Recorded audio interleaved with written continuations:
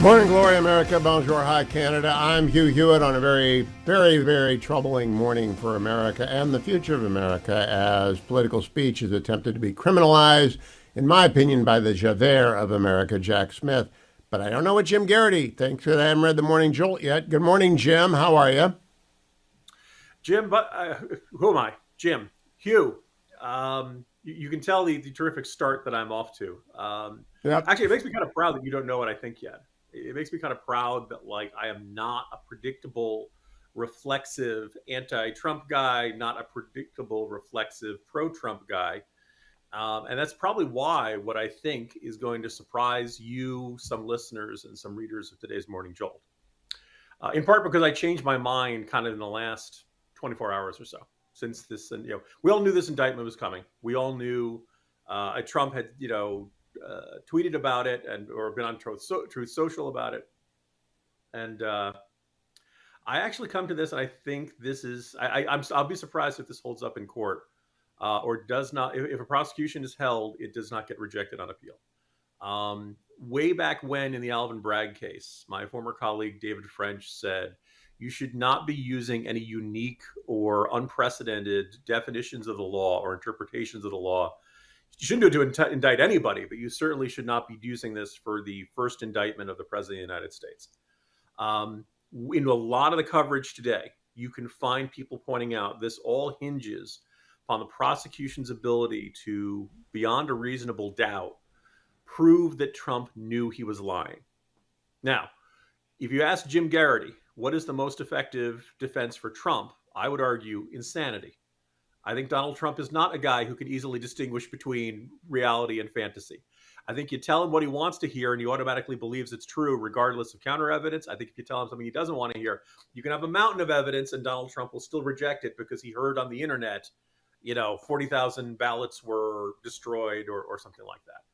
That having been said, I'll be surprised if the prosecution can, successfully prove that Trump knew he was lying and that he was not deluded or believing a fantasy or something like that. So, and I do think this, because heading into this, my attitude had been, we have 5,200 federal crimes in this country.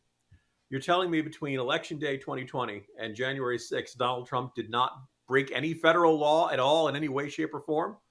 But this indictment basically says we can look into his mind and we know he knew he was lying.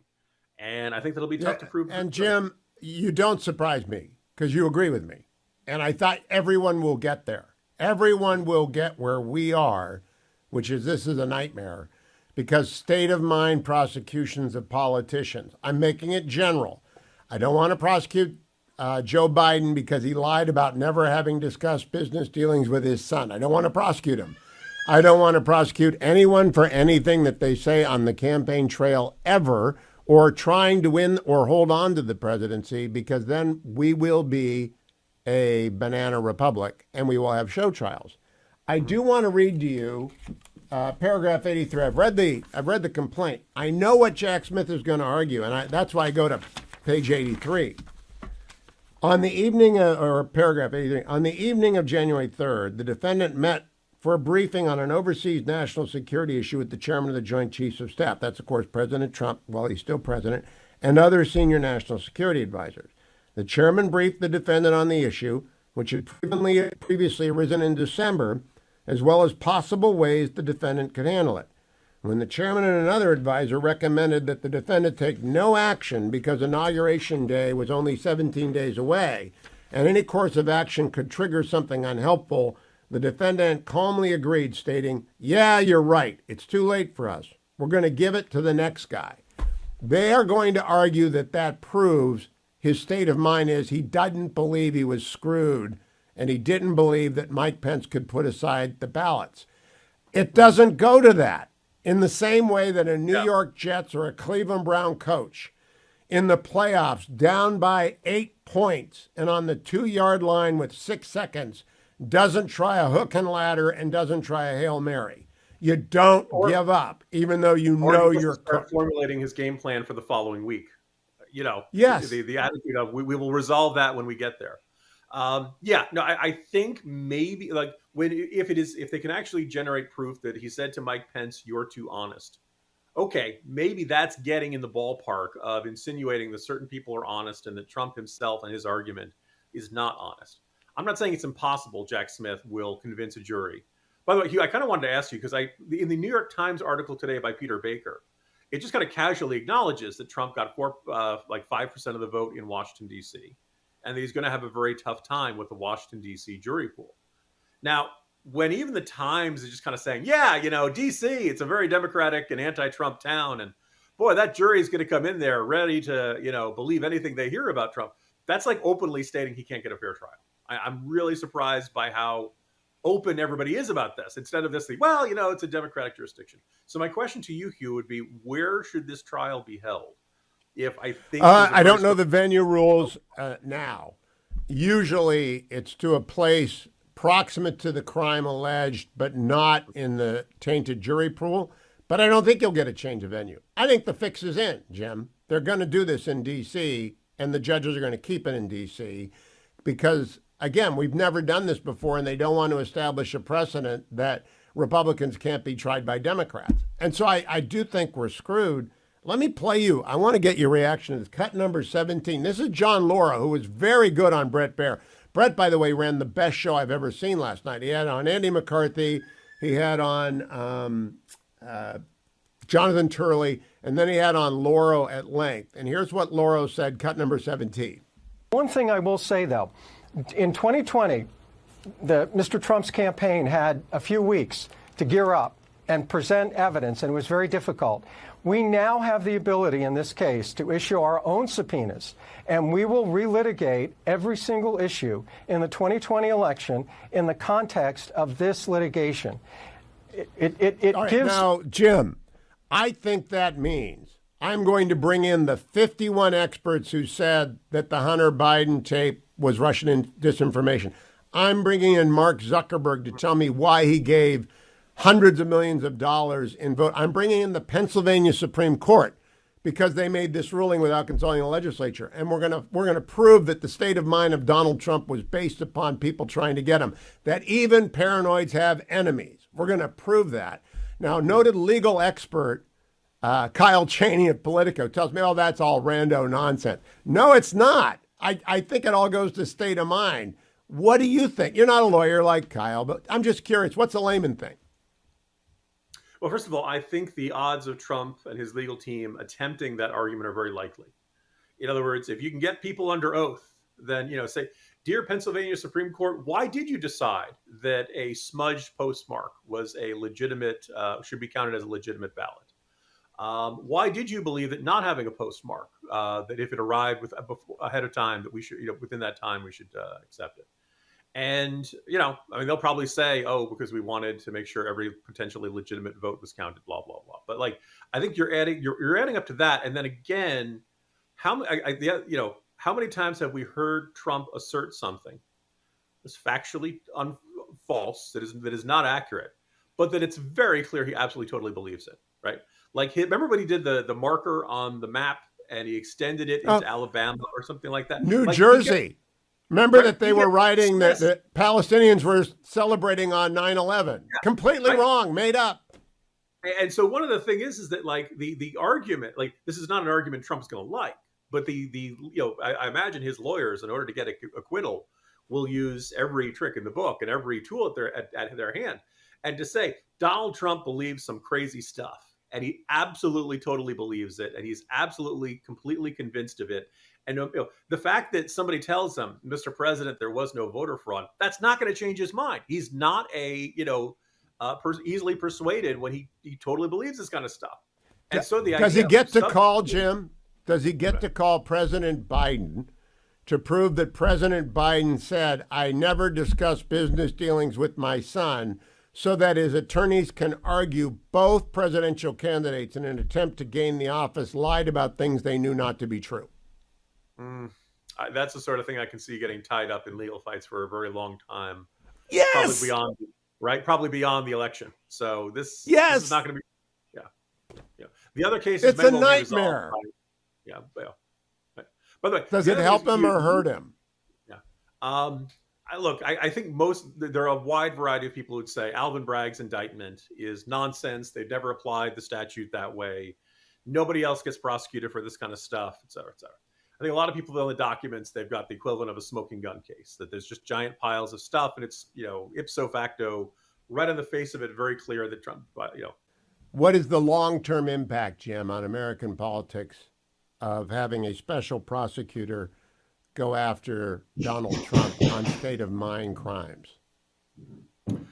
Hugh, something dark is pounding at the door of American life right now. I don't know if you can hear the work. Remember a couple of weeks ago when I said the roofer was coming by? Well, let's just say my house is falling down all around me.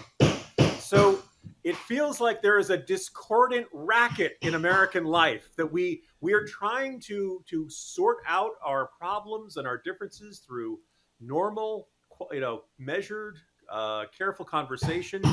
And there's this constant pounding of political vindictiveness. There is this hammering sound that is disrupting what we want to do in our national life. Did you go out and ask him to do this? What? I'm sorry? Did you go outside and say, start pounding immediately? Well, by the way, I point out that, I get the message, hey, we're going to be over pretty soon. Can you make sure the door's unlocked? Can your listeners hear anything? They can hear this. Oh, yes. Okay, good. You're going to start using the power tools soon. This is worse than the kitchen. We have a lovely, beautiful kitchen that your viewers cannot see. It's right over there. My life was a little chaotic because I tried to point out that no, this is well timed. This is the only time I welcome this. I don't have this nice little soundproof box that I can go into and do these kinds of appearances. But I was like, okay, but your transition, we're gonna get a lovely kitchen out of it. With this, I'm just keeping my house standing. And as you can tell, they're doing, in honor of Oppenheimer, they're doing above ground nuclear testing. They're removing some of the sound of the bad roof by detonating atomic bombs, it appears. And that's. But your transition into the segment with the pounding, that was actually memorable. We may have to send that and nominate you for a Marconi. Just think of this, look, it's going to be a big mess, Hugh, and Americans just going to have a giant pounding headache as the noises continue. This is this is bad. This is bad because look, what Donald Trump did on January 6th was abominable. As my colleagues like Andy McCarthy and Dan McLaughlin and others have pointed out, the appropriate response was impeachment. And I very much believe that Trump warranted, he had it coming for impeachment the second time. The Senate did not convict after January 6th. But they ran out of time. I have a constitutional argument against it, given how late it was and there was no due process. But let me ask you, just going down the road, what's sauce for the goose? It's like Harry Reid breaking the filibuster and Democrats then being shocked that Mitch McConnell gets Amy Coney Barrett confirmed. If you play by these rules will be played by. Yes. No, that is a dynamic of politics. And what's fascinating is that we have a political class, I would say more amongst the Democrats and Republicans, but I think you can point to examples on the Republican side of people who don't realize that, who cannot see down the road, who cannot see around the corner and realize what will it be like when the shoe is on the other foot. We have done this. We've eliminated the filibuster for justices we don't like. Wait a minute, they're eliminating the filibuster for Supreme Court justices. Wait, they can do that? They're talking about impeaching Joe Biden. Well, look, it certainly looks like the other thing I was starting to just say is that the timing could not be worse, because you've got a lot of Republicans believing the Department of Justice is just going to bend over backwards to avoid indicting Hunter Biden and really wants to sweep under the rug anything that could potentially involve his father. There are these messages from the IRS whistleblower who said that, Hunter Biden saying, my father's right here. He's sitting next to me. Why haven't you sent the payment? If you don't send the payment, we're going to come out. My dad and everybody he knows is going to come after you. This all looks like, the best explanation for Joe Biden is that his son is going rogue and making up stuff, and that Joe Biden wasn't actually in the room. And he's just, trying to convince idiot, shady businessmen overseas that he can get U.S. policies changed. This is what they mean by the illusion of access, as opposed to, selling access. Because I think once you can get the vice president or former vice president on the phone, that's access, right? You and I can't. And then you go get the most zealous fanatic in the Department of Justice who hates Joe Biden. and you ask them to spend a year coming up with charges. Oh my gosh, are they out of their mind? And then Merrick Garland says, does Pontius Pilate? That's my last question. How about Merrick Garland doing Pontius Pilate yesterday? Let it be on your head. I hope he's well and on the mend, but boy, doesn't Mitch McConnell look good right now for keeping him off the Supreme Court. Now that we've seen. Yeah, by the way, I do not mean to imply that Donald Trump is Jesus Christ. I mean to imply that you can't walk away if you're I know what the left does. We'll have Media Matters saying I compared Donald Trump to Jesus. I'm just saying you can't walk away. You're the Attorney General. You're in charge. Let me say, Hugh, there's this question going around: which biblical figure do you compare Donald Trump to? For me, it's the snake.